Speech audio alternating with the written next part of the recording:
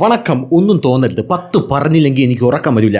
ഈ ഒരു ആളും ആരവോ ഒക്കെ കഴിയട്ട് എന്നിട്ട് 10 പറയാമെന്ന് വിചാരിച്ചിരുന്നാൽ ഈ മിസൈൽ ആക്രമണങ്ങൾ ഇപ്പോഴൊന്നും തീരുമെന്നൊന്നും എനിക്ക് തോന്നുന്നില്ല. കഴിഞ്ഞ ദിവസം ഒരു ലോർഡ് മിസൈലാണ് ഇറാൻ നേരെ സൗദി അറേബ്യയുടെ മണ്ടയിലും അവിടെ ഇവിടെയൊക്കെ എടുത്തിട്ടിരിക്കുന്നത്. എന്തായാലും ഇന്ത്യൻ പ്രധാനമന്ത്രിയുടെയും ഇന്ത്യയുടെയും നിലപാട് എന്താണ് എന്നുള്ളതാണ് പ്രധാനപ്പെട്ട ചോദ്യം. ഖമേനി ചത്തു. ഖമേനി എന്ന് പറയുന്ന വെട്ടവളയും മരിച്ചു. ഖമേനി മരിച്ച ശേഷം ഇവിടെയുള്ള പല ആൾക്കാരും ഖമേനി മരിച്ചത് കണ്ടില്ലേ, ഇന്ത്യ എന്താണ് മിണ്ടാതിരിക്കുന്നത്, ഇന്ത്യ പോയി ഇസ്രായേലിനെ ആക്രമിക്കൂ എന്നൊക്കെ പറഞ്ഞ് വലിയ രീതിയിലുള്ള ബഹളങ്ങളുമായിട്ട് രംഗത്തെത്തുന്ന കാഴ്ചയാണ് നമുക്ക് കാണാനായിട്ട് സാധിക്കുന്നത്. അല്ല, ആരാണ് ഈ ഖമേനി എന്നുള്ളൊരു ചോദ്യം പ്രധാനമായിട്ട് ഇവിടെ ഉണ്ട്. അതിന് മുമ്പ് ഖമേനി ആരാണ് എന്നുള്ളത് ചോദിക്കുന്നതിന് മുമ്പ് തന്നെ വേറൊരു കാര്യം പ്രധാനമായിട്ടും പറയേണ്ടതുണ്ട്. എന്താണ് ഇന്ത്യയുടെ നിലപാട്? ഇന്ത്യയുടെ നിലപാട് വളരെ കൃത്യവും സ്പഷ്ടവുമായിട്ട് ഇന്ത്യൻ പ്രധാനമന്ത്രി നരേന്ദ്രമോദി പറഞ്ഞതാണല്ലോ, കേട്ടില്ലയോ ആ സമയത്ത്? ഇന്ത്യയുടെ നിലപാടെന്ന് പറഞ്ഞാൽ രക്തവും വെള്ളവും ഒരുമിച്ച് ഒഴുകില്ല എന്നുള്ളതാണ് ഇന്ത്യയുടെ നിലപാട്. അതായത് ഭീകരവാദവും വെള്ളവും ഒരുമിച്ച് പോകില്ല, അല്ലെങ്കിൽ ഭീകരവാദവും സൗഹൃദവും ഒരുമിച്ച് പോകില്ല എന്നുള്ളതാണ് ഇന്ത്യയുടെ നിലപാട്. ആ നിലപാടാണ് സമ്പൂർണ്ണമായിട്ട് ഇന്ത്യ ഇറാൻ വിഷയത്തിൽ പ്രതിഫലിപ്പിച്ചു കൊണ്ടിരിക്കുന്നത്. എൻ്റെ കുഞ്ഞു കർത്താവെ, ഇങ്ങനൊരു മനുഷ്യന് നിലപാടെടുക്കാൻ സാധിക്കുമെന്നാണ് സത്യം പറഞ്ഞ ലോക രാജ്യങ്ങളൊക്കെ നോക്കിക്കൊണ്ടിരിക്കുന്നത്. അമ്മാതിരി കിടുക്കാച്ചി നിലപാടാണ് ഇന്ത്യ എടുത്തിരിക്കുന്നത് എന്നുള്ള കാര്യത്തിൽ യാതൊരുവിധ സംശയവുമില്ല. നരേന്ദ്രമോദി രംഗത്തെത്തി. നരേന്ദ്രമോദി എന്താണ് ചെയ്തത്? ഖമേനി എന്ന് പറയുന്ന ആൾ മരിച്ചു. ഖമേനി എന്ന് പറയുന്ന ആ മത നേതാവ് മരിച്ചതിന് ശേഷം ഖമേനിക്ക് അനുശോചനം രേഖപ്പെടുത്തിയോ നരേന്ദ്രമോദി? ഇറാനും നമ്മൾ തമ്മിൽ വലിയ ഫ്രണ്ട്സ് ആണല്ലോ. ഖമേനിക്ക് അനുശോചനം രേഖപ്പെടുത്തിയോ? ഇല്ല. ഖമേനി എന്ന് പറയുന്ന ഭീകരവാദിക്ക് നരേന്ദ്രമോദി അനുശോചനം രേഖപ്പെടുത്തിയില്ല. കാരണം എന്താണ്? ഖമേനി ഒരു ഭീകരവാദിയാണ്. ഖമേനി എന്താണ് ചെയ്തത്? ഖമേനി കശ്മീരിലെ ജനങ്ങളോട് ഇന്ത്യക്കെതിരെ സംഘടിക്കാൻ പറഞ്ഞു. ഹജ്ജ് തീർത്ഥാടകരോട് ഇന്ത്യയുടെ മുസ്ലിങ്ങൾക്ക് അനുകൂലമായി നിൽക്കുകയും അതിലൂടെ അവരെ ഇന്ത്യയെ തകർക്കാനായി പ്രേരിപ്പിക്കുകയും ചെയ്യണമെന്ന് പറഞ്ഞു. പിന്നെ ഖമേനി എന്താണ് പറഞ്ഞത്? കശ്മീരിലെ ജനങ്ങൾ അവിടെയുള്ള കശ്മീരിനെ പിരിച്ചെടുക്കണമെന്ന് പറഞ്ഞു. പിന്നെ ഖമേനി എന്താണ് പറഞ്ഞത്? ഇന്ത്യക്കെതിരെ നിരന്തരം പ്രസ്താവനകൾ ഖമേനി നടത്തിക്കൊണ്ടേയിരുന്നു. ജൂതന്മാർ എങ്ങനെയാണോ അവരുടെ രാഷ്ട്രത്തിൽ നിന്ന് ഉന്മൂലനമാകാൻ പോകുന്നത്, അതുപോലെ കശ്മീരിൽ മുസ്ലിങ്ങൾ സമ്പൂർണ്ണമായി ആ രാജ്യം ഏറ്റെടുക്കണം എന്നുള്ള രീതിയിലുള്ള പ്രസ്താവനകളൊക്കെ ഖമേനി പലപ്പോഴായിട്ട് നടത്തിയിട്ടുണ്ട്. അതൊന്നും മറക്കൂല രാമ, ഇതൊന്നും മറന്നിട്ട് യാതൊരുവിധ കളിയില്ല. സ്വന്തം രാജ്യം, അതായത് നമ്മുടെ ജീവിക്കുന്ന നമ്മുടെ രാജ്യത്തിനെതിരെ പ്രസ്താവന നടത്തിയ ഒരു അഴുക്ക പുല്ലാണ് ഈ ഖമേനി എന്ന് പറയുന്ന വെട്ടാവളയൻ എന്ന് പറയുന്നത്. അതുകൊണ്ട് അവനൊരു അനുശോചനമില്ല, ഒരു പുല്ലുമില്ല. ആ സൈഡിലോട്ട് അങ്ങോട്ട് മാറിയിരുന്ന് കരഞ്ഞാൽ മതി എന്ന് മാത്രമേ പറയാനായിട്ടുള്ളൂ. ഇന്ത്യൻ പ്രധാനമന്ത്രിയെക്കുറിച്ച് നമുക്ക് എല്ലാവർക്കും അറിയാം. ഇന്ത്യൻ പ്രധാനമന്ത്രി ഒരു കാക്ക കറണ്ടടിച്ച് ചത്താൽ പോലും അനുശോചനം ഇടുന്ന ടീമാണ്. ആ പ്രധാനമന്ത്രി ഖമേനിക്ക് അനുശോചനം കൊടുത്തിട്ടില്ല. അതായത് ഖമേനി ചത്തു തൊല്ലിൽ നമുക്ക് സന്തോഷം മാത്രമേ ഉള്ളൂ, ആനന്ദം പരമാനന്ദം എന്ന് മാത്രമേ പറയാനായിട്ടുള്ളൂ എന്നുള്ളതാണ് പ്രധാനപ്പെട്ട ഒരു കാര്യം എന്ന് പറയുന്നത്. പക്ഷേ നമ്മൾ UAEക്ക് പിന്തുണ കൊടുത്തിട്ടുണ്ട്. ആരാണ് UAE എന്ന് പറയുന്നത്? നമ്മളും UAEയും ഇസ്രായേലും തമ്മിൽ ഒരു സഖ്യമുണ്ട്. UAE നമ്മുടെ നന്മ ആഗ്രഹിക്കുന്ന രാജ്യമാണ്. നന്മ എന്ന് പറഞ്ഞാൽ അവർക്ക് നന്മ കിട്ടിയാൽ അവർ നമ്മളെ നന്മ ആഗ്രഹിക്കും. കാരണം നമ്മൾ മൂലം അവർക്ക് നന്മ കിട്ടിയാൽ അവരും നമ്മളെ നന്മ ആഗ്രഹിക്കുമല്ലോ. ഉദാഹരണത്തിന് എനിക്ക് 10 പൈസ എൻ്റെ മുതലാളി തരികയാണെങ്കിൽ ആ മുതലാളിക്ക് നന്മ ഉണ്ടാകാൻ ഞാൻ പ്രാർത്ഥിക്കണമല്ലോ. കാരണം എനിക്ക് നാളെയും 10 പൈസ കിട്ടണമല്ലോ. അതുപോലെ UAE എന്താണ്? നമ്മുടെ നന്മ ആഗ്രഹിക്കുന്നു. കാരണം നമ്മളൊരു വലിയ മാർക്കറ്റ് ഫോഴ്സാണ്. അങ്ങനെ UAEയും നമ്മളും ഇസ്രായേലും കൂടെ ചേർന്ന് പല കിടിപിടി പരിപാടികളും ആസൂത്രണം ചെയ്യുന്നുണ്ട്. ഒരു വലിയ സഖ്യമൊക്കെ നമ്മൾ രൂപീകരിച്ച് കൊണ്ടുവരുന്നുണ്ട് എന്നുള്ളതാണ് പ്രധാനപ്പെട്ട കാര്യം. അതുകൊണ്ട് UAEക്ക് കൃത്യമായിട്ടുള്ള പിന്തുണ നമ്മൾ കൊടുക്കുന്നു. UAE ആക്രമിക്കരുത്, അങ്ങനെ ആക്രമിക്കുന്നത് ശരിയല്ല എന്ന് ഇന്ത്യ പറഞ്ഞിട്ടുണ്ട്. ഇസ്രായേൽ എന്ന് പറഞ്ഞ രാജ്യം എപ്പോഴും നമ്മുടെ കൂടെ നിന്നൊരു രാജ്യമാണ്. നമുക്ക് എല്ലാവർക്കും കൃത്യമായിട്ട് അറിയാം. NST പോലും പകച്ചു നിന്ന ആ ഒരു സാഹചര്യത്തിൽ പകച്ചു നിന്നതല്ല, പകച്ചു നിർത്തിയതാണ്. താജ് എന്ന് പറയുന്ന ഹോട്ടൽ ആക്രമിക്കുന്ന സമയത്ത് NST അവർ വണ്ടി ചോദിച്ചപ്പോൾ വണ്ടിയല്ല നിനക്ക് തരാമെന്ന് പറഞ്ഞ് നമ്മുടെ ഇവിടുത്തെ സർക്കാർ, അന്ന് ഭരിച്ചിരുന്ന UPA സർക്കാർ ആ ട്രാഫിക്കിലൂടെ ഇഴച്ചഴച്ച് അവരവിടെ കൊണ്ടുപോയപ്പോഴേക്കും ഇസ്രായേൽ ആകാശത്ത് വന്ന് നിന്നിട്ട് ഇന്ത്യയോട് ചോദിച്ചത് ഞങ്ങൾ ഇറങ്ങട്ടെ, താജ് ആക്രമണം നടക്കുമ്പോൾ ഞങ്ങൾ ഇറങ്ങി എല്ലാത്തിനെയും തീർക്കട്ടെ എന്ന് ചോദിച്ച ടീമാണ് ഇസ്രായേൽ എന്ന് പറയുന്നത്. അന്നും ഇന്നും എന്നും ഇസ്രായേൽ എന്ന് പറയുന്നത് നമ്മുടെ സുഹൃത്തുക്കൾ തന്നെയാണ്. ചില മതമൗലികവാദികൾക്ക് വേണ്ടി ആ സുഹൃത്ത് ബന്ധം തറ പറ്റിക്കാൻ നമ്മൾ ഒരുക്കമല്ല എന്നുള്ളതാണ് പ്രധാനപ്പെട്ട കാര്യം. യൗമാരെ വാക്കും കേട്ടുകൊണ്ട് അപ്പുറത്ത് പോയി ഇറാന് നമ്മൾ പിന്തുണ കൊടുക്കുകയാണെങ്കിൽ നമുക്ക് എന്നേക്കുമായിട്ടുള്ള 140 കോടി ജനങ്ങളുടെ വലിയ ഒരു സുഹൃത്തിനെ ആയിരിക്കും നഷ്ടപ്പെടുന്നത് എന്നുള്ളതാണ്. മറ്റവന് കൈകൊടുത്ത് ഖമേനി മരിച്ചതിൽ അനുശോചിച്ച് അവനെ പോയി കെട്ടിപ്പിടിച്ച് ഉമ്മ കൊടുത്താൽ നമുക്ക് എന്ത് കിട്ടും? ഒലക്ക കിട്ടും എന്നുള്ളതാണ് പ്രധാനപ്പെട്ട കാര്യം. അതുകൊണ്ട് നമ്മുടെ രാജ്യത്തിന് 10 പൈസ കിട്ടാത്തൊരു കാര്യമോ അല്ലെങ്കിൽ നമ്മുടെ രാജ്യത്തിന് ഒന്നും കിട്ടാത്ത ഒരു ഗുണമില്ലാത്ത കാര്യത്തിന് ഒന്നും തന്നെ ഈ സർക്കാർ മുതിരേണ്ടതായിട്ടില്ല, ഒരു സർക്കാരും മുതിരേണ്ടതായിട്ടില്ല എന്നുള്ളതാണ് നയതന്ത്രം എന്ന് പറയുന്നത്. അല്ലാതെ ഒരു വികാരത്തിൻ്റെ പുറത്ത് ഓടിച്ചെന്ന് കെട്ടിപ്പിടിച്ച് ഉമ്മ കൊടുത്ത് പൊട്ടിത്തെറിക്കുന്നതല്ല എന്ന് കൃത്യമായിട്ട് മനസ്സിലാക്കിയിരിക്കുക. അതുകൊണ്ട് UAEക്കും ഇസ്രായേലിനും പിന്തുണയുണ്ട്. എന്നാൽ UAEക്കും ഇസ്രായേലിനും പിന്തുണയുള്ളപ്പോൾ കൂടെയുള്ള അമേരിക്കയ്ക്ക് ഉണ്ടോ എന്നുള്ള ചോദ്യമുണ്ട്. ആ അമേരിക്കയ്ക്ക് ഇന്ത്യ പിന്തുണ കൊടുത്തിട്ടില്ല എന്നുള്ളതാണ് പ്രധാനപ്പെട്ട ഒരു കാര്യമെന്ന് പറയുന്നത്. അമേരിക്കയ്ക്ക് ഇന്ത്യ പിന്തുണ കൊടുത്തിട്ടില്ല, നിനക്കും കോപ്പ് തരാം എന്നാണ് കൃത്യമായിട്ട് ഇന്ത്യ പറഞ്ഞിരിക്കുന്നത്. കാരണം അമേരിക്കയാണ് ഇതിൻ്റെ എല്ലാം മൂഡ് ഭീകരവാദികളെ വളർത്തുന്നത് എന്ന് കൃത്യമായിട്ട് ഇന്ത്യക്ക് അറിയാം. അതുകൊണ്ട് അമേരിക്കയ്ക്ക് ഒരു പിന്തുണയുമില്ല എന്നുള്ളതാണ്.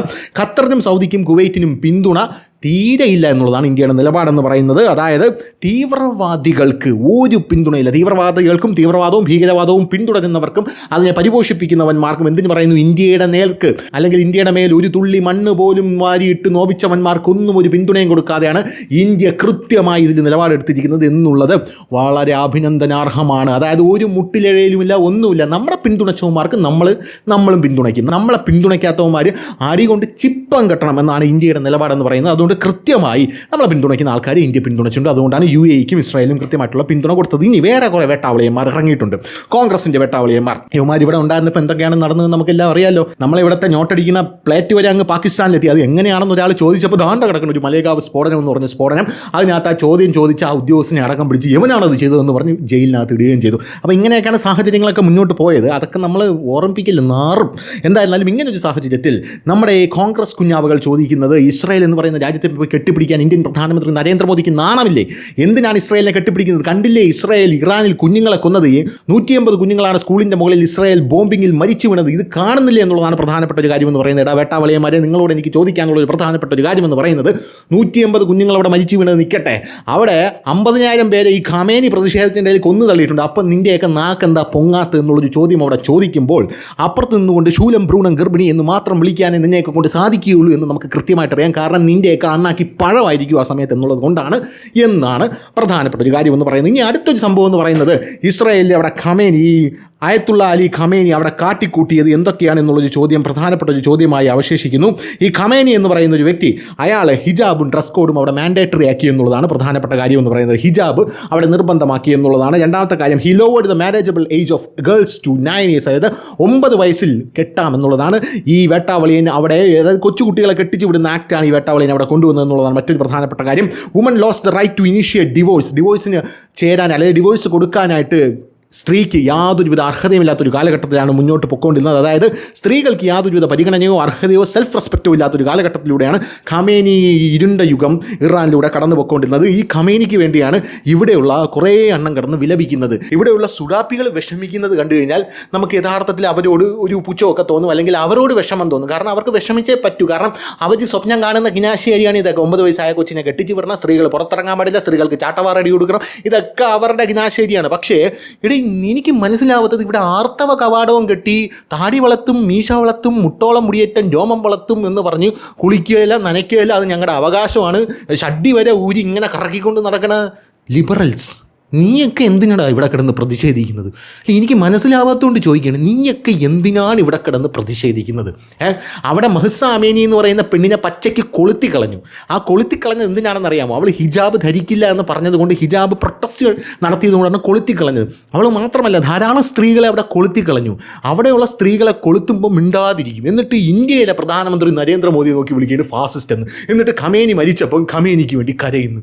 മിസ്റ്റർ പ്രഭാകർ, എനിക്ക് നിങ്ങളെ മനസ്സിലാവുന്നില്ല. സത്യമായിട്ട് എന്തൊരു മനുഷ്യ കുഞ്ഞുങ്ങൾ തന്നെയാണോ നീയൊക്കെ? എനിക്ക് പറയാതിരിക്കാൻ എനിക്ക് നിവർത്തിയില്ല. അതുകൊണ്ടാണ് ഞാൻ ഇതൊക്കെ പറയുന്നത്. ഇനി അടുത്തൊരു പ്രധാനപ്പെട്ട കാര്യം, after divorce only the father has the right to custody of the child എന്ന് പറഞ്ഞൊരു നിയമം അവിടെ കൊണ്ടുവന്നു. Women's testimony in court was valued at half that of a man's. Cosmetics and makeups were banned. That was the greatest point. ഇനി അടുത്തൊരു പ്രധാനപ്പെട്ട കാര്യം, limited education right for girls. Yet liberals and Muslims in our country are mourning over his death എന്നുള്ളതാണ് പ്രധാനപ്പെട്ട കാര്യം. അതായത് liberals ഇവിടെ കിടന്ന് കരയുകയാണെന്നുള്ളതാണ് ഇവൻ്റെ മരണത്തിൽ എന്നുള്ളതാണ് പ്രധാനപ്പെട്ട ഒരു കാര്യം എന്ന് പറയുന്നത്. അപ്പോൾ ഇന്ത്യയുടെ നിലപാടെന്ന് പറയുന്നത് വളരെ ക്ലിയർ ആയിരുന്നു. എന്തായാലും സുഡാപ്പികൾക്കറിയാലോ, സുഡാപ്പികളുടെ സ്നേഹമെന്ന് പറയുന്നത് മതാധിഷ്ഠിതമാണ്. അവരുടെ മതത്തിന് എവിടെയെങ്കിലും നോവുകയൊക്കെ ചെയ്തു കഴിഞ്ഞാൽ അവർക്ക് ഭയങ്കരമായിട്ട് നോവുമെന്നുള്ളതാണ്. പക്ഷേ നോവിക്കുന്നവൻ വേറെ ഏതെങ്കിലും മതസ്ഥനായിരിക്കണം, എങ്കിൽ മാത്രമേ അവർക്ക് നോവുകയുള്ളൂ എന്നുള്ളത് നമുക്ക് എല്ലാവർക്കും അറിയാവുന്നുള്ളൊരു കാര്യമാണ്. അങ്ങനെ തങ്ങളുടെ മതങ്ങൾക്ക് നോവുമ്പോൾ ഇവർക്ക് ശക്തിയുള്ള സ്ഥലങ്ങളാണെങ്കിൽ ഇവർ ശക്തമായിട്ട് തിരിച്ച് നോവിക്കും എന്ന് പറഞ്ഞാൽ പിടിച്ച് കത്തിച്ച് കളയും, അല്ലെങ്കിൽ തലവെട്ടിക്കളയും, അങ്ങനെയുള്ള പല കാര്യങ്ങളൊക്കെ ചെയ്യും. അവിടെ ലിബറൽസ് വന്ന് ഇങ്ങനെ ഷഡ്ഡി ഊരി കറക്കി കാണിച്ചാൽ അവർ ഷഡ്ഡി കിടത്തി നിന്നെ കൊളുത്തി കളയും എന്നുള്ളതാണ് പ്രധാനപ്പെട്ട ഒരു കാര്യമെന്ന് പറയുന്നത്. ശക്തിയില്ലാത്ത സ്ഥലമാണെങ്കിൽ ഇവരെന്ത് ചെയ്യും? മെഴുകുതിരി കത്തിക്കും, പന്തം കൊളുത്തി പ്രതിഷേധം നടത്തും. പിന്നെ അവിടെ ഫാസിസമാണ്, നാസിസമാണ്, മുസോളിനിസമാണ് എന്നൊക്കെ പറയുകയും ചെയ്യും. എന്നാൽ തൊട്ടപ്പുറത്ത് കിടക്കുന്ന യഥാർത്ഥ ഫാസിസ്റ്റ് ആയിട്ടുള്ള യവനെ പോലുള്ള വൃത്തികെട്ടവന്മാർ മരിക്കുമ്പോൾ അവന് വേണ്ടി കരയുകയും ചെയ്യും. എന്നിട്ട് സ്വന്തം രാജ്യത്തെ ജനാധിപത്യം, അയ്യോ എൻ്റെ രാജ്യത്ത് ജനാധിപത്യം അവസാനിക്കാൻ പോകുന്നു, അപ്പുറത്തെ രാജ്യത്ത് സ്ത്രീകളെ കൊല്ലുമ്പം നന്നായി എന്ന് പറയുന്ന ടീമാണ് ഇവിടെ ഉള്ളത് എന്നുള്ളതാണ് പ്രധാനപ്പെട്ട ഒരു കാര്യം എന്ന് പറയുന്നത്. അപ്പോൾ കോൺഗ്രസിന് സ്വാഭാവികമായിട്ടും ഇപ്പോൾ നമുക്കറിയാലോ, വി ഡി സതീശൻ ജമാഅത്തെ ഇസ്ലാമി ഇവനൊക്കെ വല്ല ജമാഅത്തെ ഇസ്ലാമിയുടെ അമീറുമായി പൊക്കൂടെ? ഈ സത്യം പറഞ്ഞ മുഖ്യമന്ത്രി ആവുന്നതിനെക്കാട്ടിലും നല്ല സ്കോപ്പാണ് അത്. ഞാൻ മാത്രമേ എനിക്ക് പറയാനായിട്ടുള്ളൂ. അങ്ങനെ പിടിച്ചുകൊണ്ട് നടക്കുന്നതാണ് വി ഡി സതീശൻ എന്ന് പറയുന്നത്. അതുകൊണ്ട് വി ഡി സതീശൻ അത് പോവാം. കാരണം ഇപ്പോൾ യഥാർത്ഥത്തിൽ പൊളിറ്റിക്കൽ ഇസ്ലാം നമുക്കറിയാം, നമ്മുടെ കേരളത്തിലൊരു ഇടത് എക്കോ സിസ്റ്റം, ഇടത് ഇസ്ലാം എക്കോ സിസ്റ്റമാണുള്ളത്. ആ എക്കോ സിസ്റ്റത്തിനകത്ത് കിടന്ന് ഞെരിഞ്ഞമരുന്നവരാണ് നമ്മുടെ പൊളിറ്റീഷ്യൻസ് എന്ന് പറയുന്നത്. അത് ഭേദിച്ച് പുറത്ത് വന്ന് നെഞ്ചും പിരിച്ച് നിൽക്കാനുള്ള ഒരു ശക്തിയും ഇവർക്കില്ല എന്നുള്ളതാണ്. അതിനകത്ത് കിടന്നുകൊണ്ട് RSS ഭീകരവാദി എന്നൊക്കെ പറഞ്ഞാൽ ഇവർക്കൊന്നും സംഭവിക്കാൻ പോകുന്നില്ല.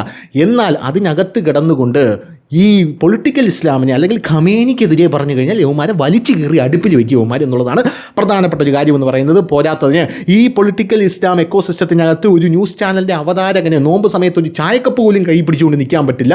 ചായക്കപ്പ് അവിടെ വയ്ക്ക് സാറേ എന്ന് പറയുമ്പോൾ ദാണ്ട വെച്ച് എന്ന് പറഞ്ഞ് പോകുന്ന ഒരു കാഴ്ചയാണ് നമുക്ക് കാണാനായിട്ട് സാധിക്കുന്നത്. അപ്പോൾ ഇതാണ് യഥാർത്ഥത്തിൽ പറയാനുള്ളത്. ഇന്ത്യയുടെ നിലപാട് ക്ലിയർ ആണ്. ഇന്ത്യയുടെ പ്രധാനമന്ത്രി എന്ത് ചെയ്താലും ഇന്ത്യയുടെ പ്രധാനമന്ത്രി 140 കോടി ജനങ്ങളുടെ സുരക്ഷ നോക്കി മാത്രമേ ചെയ്യുകയുള്ളൂ എന്നുള്ളത് ഇവിടെയുള്ള ജനങ്ങൾക്ക് ഈ 10 കൊല്ലമായിട്ട് അറിയാനുള്ള കാര്യമാണ്. പ്രധാനമന്ത്രി കയറിയപ്പോൾ നീക്ക് എന്താ പറയുന്നത്? എമർജൻസി പ്രഖ്യാപിക്കാൻ പോകുന്നു, ഇനി വോട്ടെടുപ്പില്ല, ഇനി മറ്റതില്ല മറിച്ചതില്ല. ഇപ്പോൾ 10 കൊല്ലമായി മുസ്ലിങ്ങളെ ചുട്ടുതിഞ്ഞും അടിച്ചിറക്കും, മുസ്ലിങ്ങളെ വംശഹത്യ ചെയ്യും, മുസ്ലിങ്ങളുടെ അവയവങ്ങൾ പറിച്ചെടുക്കും എന്നൊക്കെയാണ് പറഞ്ഞുകൊണ്ടിരുന്നത്. പക്ഷേ ഇതൊക്കെ യഥാർത്ഥത്തിൽ നടക്കുന്നത് ഇസ്ലാമിക് റിപ്പബ്ലിക്കുകളിലും പിന്നെ കമ്മ്യൂണിസ്റ്റ് രാഷ്ട്രമായ ചൈന അടക്കമുള്ള രാഷ്ട്രങ്ങളൊക്കെയാണ്. നമ്മുടെ രാജ്യം എപ്പോഴും സുഗമമായിട്ട് മുന്നോട്ട് പോവുകയാണ്. ഭരണഘടന കൃത്യമായ അതിൽ അധിഷ്ഠിതമായിട്ടുള്ള ഭരണമാണ് ഇപ്പോഴും നടന്നുകൊണ്ടിരിക്കുന്നത് എന്നുള്ളതാണ് നമ്മുടെ രാജ്യത്തിൻ്റെ പ്രത്യേകത എന്ന് പറയുന്നത്. എന്നിട്ടും ഇവർ പറയുന്നത് മോദിയാണ് ഫാസിസ്റ്റ്. Ayatollah Khamenei പൂക്കളെയും പൂമ്പാറ്റകളെയും പ്രണയിച്ച മെഹാനായിരുന്നു കാളപന്നി. അപ്പോൾ ശരി.